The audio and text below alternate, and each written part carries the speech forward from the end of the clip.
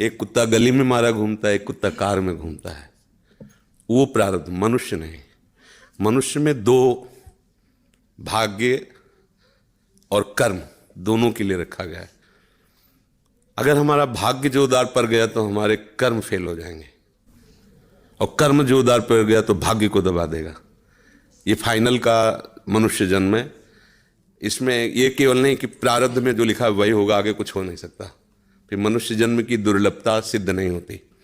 मनुष्य जन्म की दुर्लभता शास्त्रों में गाई गई है, दुर्लभो मानुषो देहो। क्या दुर्लभता है? अब हमारे प्रारब्ध में लिखा है कि दुख ही भोगना है, लेकिन आपने निश्चय किया सत्संग सुन करके कि सर्व सामर्थ्यशाली भगवान और भगवान का नाम सब कुछ कर सकता है। अब सब कुछ बदल जाएगा, आपका प्रारब्ध बदल जाएगा, सब बदल जाएगा। जैसे मार्कंडेय नाम के एक ऋषि थे, तो उनके पिताजी बहुत बड़े ज्योतिषाचार्य ब्रह्म ऋषि थे। तो जो ही वो पैदा हुए तो कुंडली बनाई, तो उसमें लिखा था 5 वर्ष की आयु। बड़े चिंतित हुए, क्योंकि बड़ी तपस्या के बाद ऐसा पुत्र हुआ और 5 वर्ष जिएगा। प्रारब्ध 5 वर्ष का था। तो उनका मनुष्य जन्म केवल प्रारब्ध के अधीन नहीं है, उपाय के भी अधीन है। कर्म का मतलब उपाय भी करें हम उसका। तो उन्होंने विचार किया कि इस प्रारब्ध को केवल भगवान या भगवान का कोई प्रेमी महात्मा ही बदल सकता है, दूसरा कोई नहीं। तो जैसे जैसे वो सयाने होते गए, एक एक दिन वो नोट करते, पिता है जब थोड़ा सा 3-4 के बीच की अवस्था है, तो उनका बेटा मेरी एक बात माना करो, ये गंगा के किनारे जितने भी कोई ऋषि महात्मा संत दिखा, सबको साष्टांग प्रणाम करो। अब वो बालक थे, अब संतों को प्रणाम करने की उन्होंने, क्योंकि जानते थे कि संतों की कृपा दृष्टि पड़ जाए तो प्रारब्ध का नाश हो सकता है। अब गुप्त रूप से सनक सनंदन सनातन सनत कुमार भी विचरण ही करते रहते, तो मार्कंडेय जी सबको प्रणाम करते थे। तो सब करुणा भरी, भगवान तुम पर दया करें। बच्चा जैसे कोई आप सब प्रणाम करो तो उतना हृदय नहीं, लेकिन अगर छोटा बच्चा तो एकदम उसकी तरफ दृष्टि जाएगी, राधा राधा राधा राधा। एक छोटा बच्चा है, प्रणाम कर रहा है 3-3.5 वर्ष का, तो वो सब संत। और वो चुपचाप बैठ करके देखा करते थे उनके पिता कि किसी ऐसे महापुरुष का आगमन हो जो सृष्टि पर शासन करने की सामर्थ्य रखता हो, तभी प्रारब्ध बदल सकता है। छोटी मोटी तपस्या वाले से प्रारब्ध थोड़ी बढ़ता है। उन्होंने देखा ये चारों तो कुमार हैं, सनक सनंदन सनातन सनत कुमार, जो साष्टांग किया तो वो एकदम, वो भी 5 वर्ष की अवस्था में रहते हैं हर समय। उन्होंने कहा चिरंजीवी भव। बस वो खड़े हो गए, बोले महाराज ये अभागा चिरंजीवी लायक नहीं है, इसके प्रारब्ध में 5 वर्ष की आयु लिखी और चौथा भी पूर्ण होने जा रहा है, कुछ समय का जीवन है। सनकादि ने कहा जो चिरंजीवी भव तो चिरंजीवी भव। हमने उसका भाग्य देख के थोड़ी बोला, उसका आचरण देख के बोला। एक छोटा बालक संतों के चरणों में लेट रहा है, ये चिरंजीवी लायक ही है। बोले महाराज अब भाग्य देख के दे, 5 वर्ष की आयु, अब कैसे? तो उनका हम वो तिथि वो तारीख तुम निकालना, और उस तारीख को हम भी आएंगे, भगवान शंकर के मंदिर में भगवान शंकर के लिंग को ऐसे गले लगवा के बैठालना, हम भी वहीं रहेंगे, देखते हैं कैसे मृत्यु ले जाएगी इस बालक को। ऐसा ही हुआ। अब संतों के बताए हुए मार्ग पर चलने वाले का मंगल ही होता है। तो वैसे चारों कुमार वहां विराजमान गुप्त रूप से, धर्मराज पधारे, यमराज के रूप में नहीं, धर्मराज के रूप में।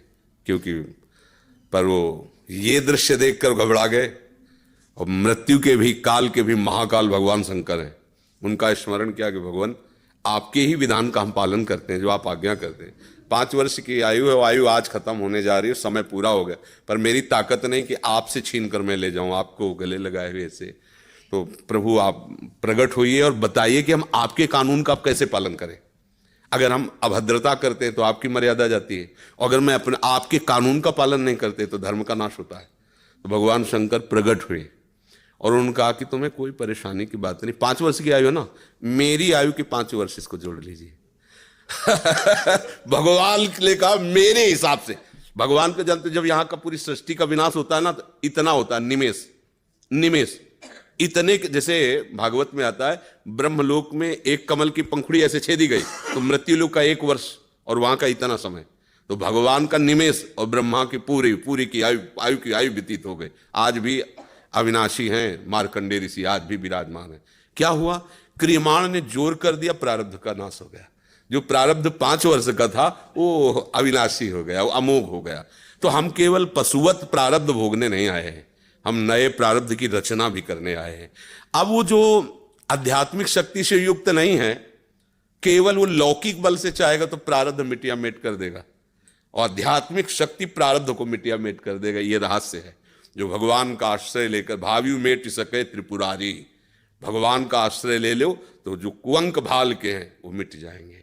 हमारा प्रारब्ध इतना जोर, जैसे प्रारब्ध है किडनी फेल, ये पूर्व प्रारब्ध है। मां के गर्भ से इस रोग की रचना हुई, जान तो पाए 35 वर्ष की अवस्था में, 20 वर्ष बाबा जी बनने के बाद। अब मांगते खाते अपने भजन मार्ग में चलते रहे, अब किडनी खराब हो गई। अब क्या, ये तो सब रुपए का खेल इसमें, ये तो इसमें धन चाहिए, हमारे पास कुछ नहीं है। अब हम जिनके आश्रित थे उन्होंने खेल बदला, ये सब व्यवस्था कर दी। ये हमारे प्रारब्ध में नहीं था, प्रारब्ध में तो दुर्गति थी, दोनों किडनी फेल हैं, लेकिन आश्रय जिनका लिए उन्होंने चैप्टर बदल दिया। अब देखो किडनी खराब, 2 बजे से दिनचर्या चल रही, 2 बजे रात से। ये किडनी वाले पेशेंट की दिनचर्या होती है क्या 2 बजे रात से? तो ये है इनके चरणों का बल, और ये हमारा बल। हमारे बुरे कर्मों का फल हमको मिल रहा है, और उनके आश्रित हैं, तो ऐसे हमारा जीवन कट रहा है, ऐसे गोद में लिए काट रहे हैं। तो हम केवल प्रारब्ध के ही अधीन नहीं, हम कोई पशु नहीं है, मनुष्य जन्म में मिला है। हम नया कर्म करें ऐसा कि हमारे प्रारब्ध, बुरे प्रारब्ध का नाश हो जाए। हम ऐसे भगवान का आश्रय लेकर भजन करें कि हमारा, अच्छा भगवान सब कुछ है। जैसे आपको धन चाहिए तो लक्ष्मीपति है, यश चाहिए तो पुण्य श्लोक है, उन्हीं की कीर्ति से समस्त शास्त्र भरे हुए। जो चाहिए, रूपवान, गुणवान, धनवान, वैभववान, वो सबके समुद्र हैं, उनका आश्रय ले लो, सब कुछ हो जाएगा।